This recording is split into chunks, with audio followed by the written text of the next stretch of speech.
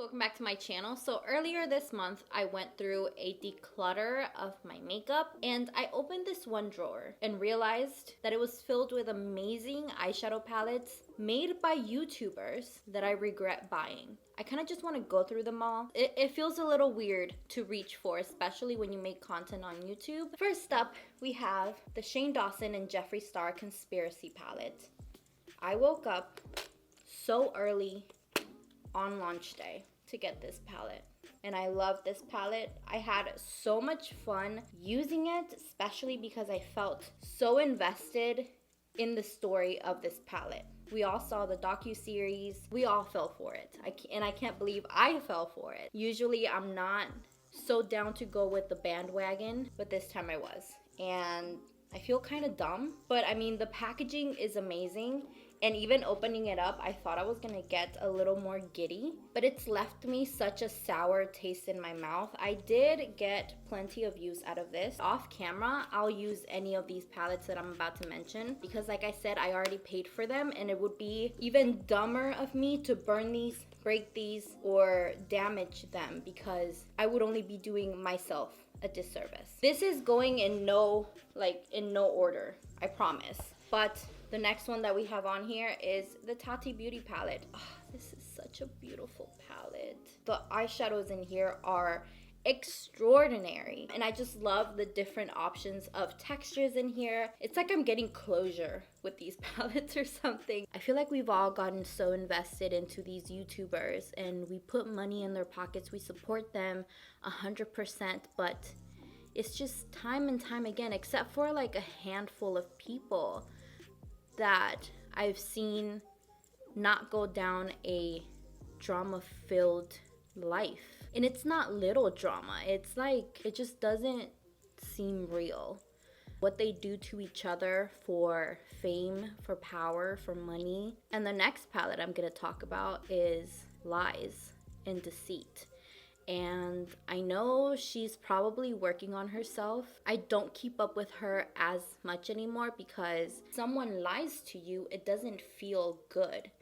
And that's how I feel is what happened to me with Jaclyn Hill. And I'm coming from a true fan. Like, she's the one that put me on to so many things, and she could actually sell me a freaking rock.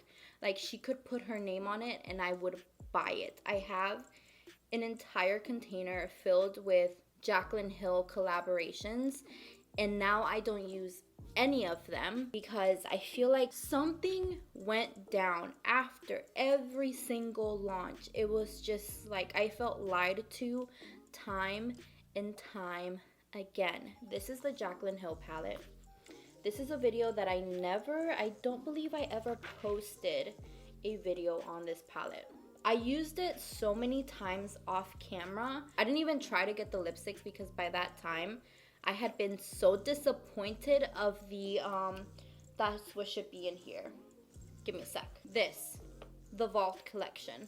I was so excited for this Vault collection. It was so interesting. It was so different, and I was, needless to say, excited to have this for myself. But this is what drew the line for me. I said enough is enough. Enough of me putting money into this person, you know, looking back at her swatches, and it didn't make any sense. I looked past it because it was Jaclyn Hill, and I had loved this palette so much. It's so dirty. I blindly bought this. All of these palettes were really bad, but as you can see, there's one missing. Yeah, I threw that straight into the trash because it was unusable. It was so horrible. It was terrible quality. When I tell you it was terrible, I've never thrown a palette in the trash right after using it ever in my life. And I do think I did review these on camera, so I think you can find that on my channel, but I felt so disappointed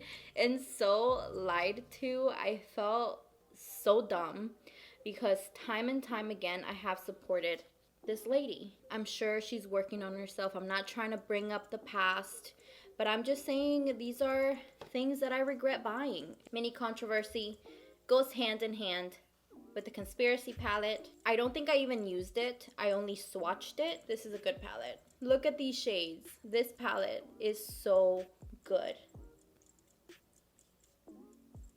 I will use these. I remember being so hesitant. Way before the docuseries, I decided to give him a chance. I kept hearing so many good things on this brand that I'm like, oh my god, am I missing out?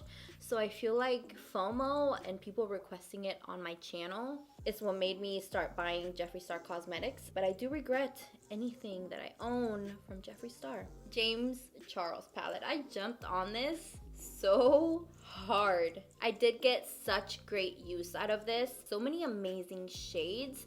Literally the rainbow in a palette. I mean, it's stunning and it's huge compared to this one, and the Jawbreaker is pretty big as well. Oftentimes I stopped myself from buying a more exciting launch outside of the YouTube world because I wanted to support these people. I know this entire video was kind of like, I will end it on a positive note and talk about Dominique Cosmetics. This is not the only palette I have from her.